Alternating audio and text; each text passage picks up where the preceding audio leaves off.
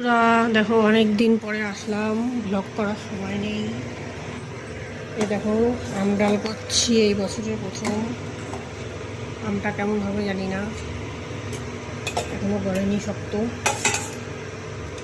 আম ডাল বেশ ভালোই লাগে খেতে। আর এইদিকে দেখো দুটো ডিম ভাজবো। আর এই যে এত মিষ্টি আলু, আমার ছেলে আবার মিষ্টি আলু খুব পছন্দ করে, বেশি করে মিষ্টি আলু ভাজবো, সবাই মিলে খাবো। আর ফ্রিজে মাছ আছে, মাছটা আছে আর করবো না। মাছ তোমাদের দাদাভাইকে দেবো।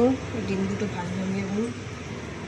বন্ধুরা, ডিমের কুসুম দুটো দেখেছো? পোলট্রির ডিম কিন্তু কুসুম দুটো পুরো হলুদ। এই ডিমটার একটু দাম বেশি নাই।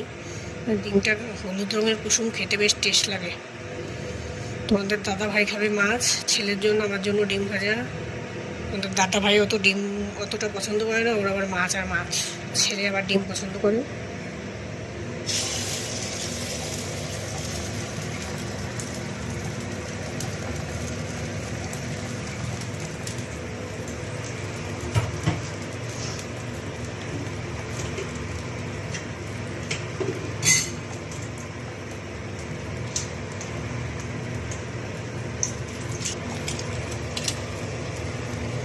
ছড়িয়ে দিই, নাহলে মোটা হয়ে যাবে।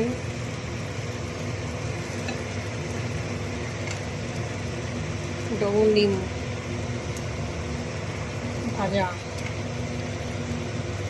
তোমরা কেমন আছো? আমি তো অনেক দিন পরে ব্লগ করছি, অনেক দিন কবে ব্লগ করেছি মনেই নেই, সময় পাই না।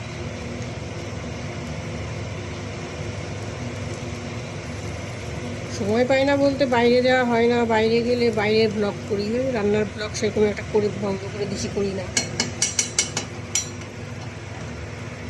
বাইরে যাই না, ছেলের পরীক্ষা ছিল বলে বাইরে অনেক দিন যায় না, বেরোয়ও না, ব্লগও করি না।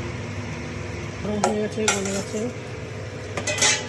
ডালটা হয়ে গেছে, এবার ভাতটা বসিয়ে দেবো।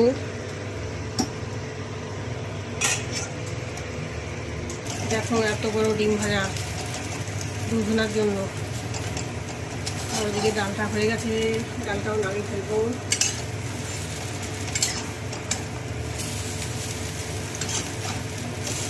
আমার ছেলে আবার ডিম, আমার ছেলে না, সবার ছেলে পেলেই ডিম পছন্দ করে।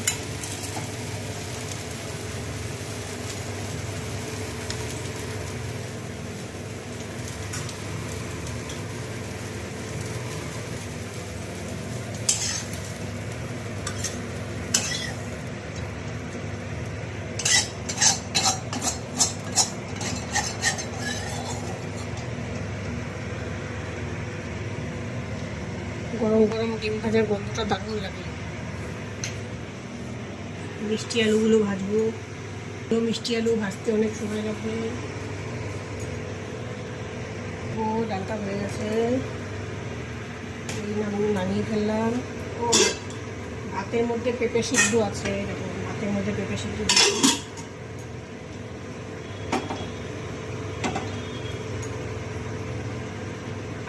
ডালের কালারটা দেখো ভালোই এসছে, খেতে কেমন হবে জানি না। তবে গরমকালে টক ডাল তো বেশ ভালোই লাগে। তোমাদের কার কার ভাল লাগে কমেন্টে একটু জানাবে। সঙ্গে যদি আলু ভাজা, ডিম ভাজা থাকে, আর কিছু লাগেই না। আর এখন দেখো মিষ্টি আলুগুলো ভেজে নেবো, একবারে সব ভাজা যাবে না, অল্প অল্প করে ভাজতে হবে।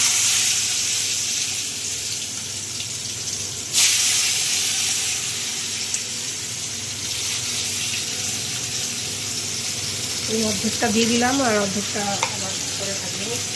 বন্ধুরা, ব্লগটা এখানেই শেষ করছি, বাড়াবো না। এমনিতেই তোমরা কেউ দেখো না ব্লগ, ফালতু ফালতু বড় ব্লগ করে কোনো লাভ নেই। টাটা, সবাই ভালো থেকো।